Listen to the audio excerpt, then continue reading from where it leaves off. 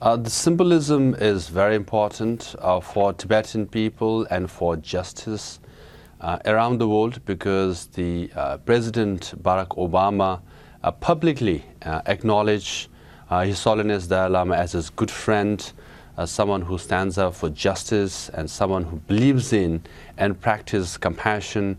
So it's very kind of him to acknowledge His Holiness Dalai Lama in a public setting, which is in fact a prayer breakfast.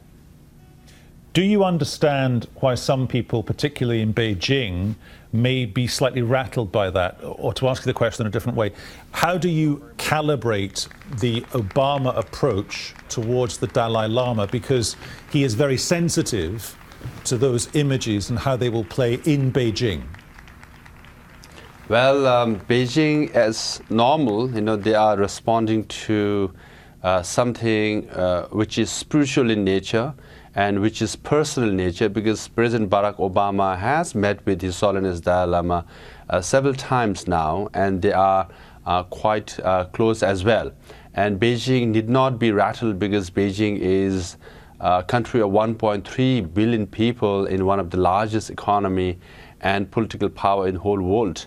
And what His Holiness Dalai Lama was engaged in was a prayer breakfast, which is spiritual in nature. And a day earlier, he spoke to the same audience.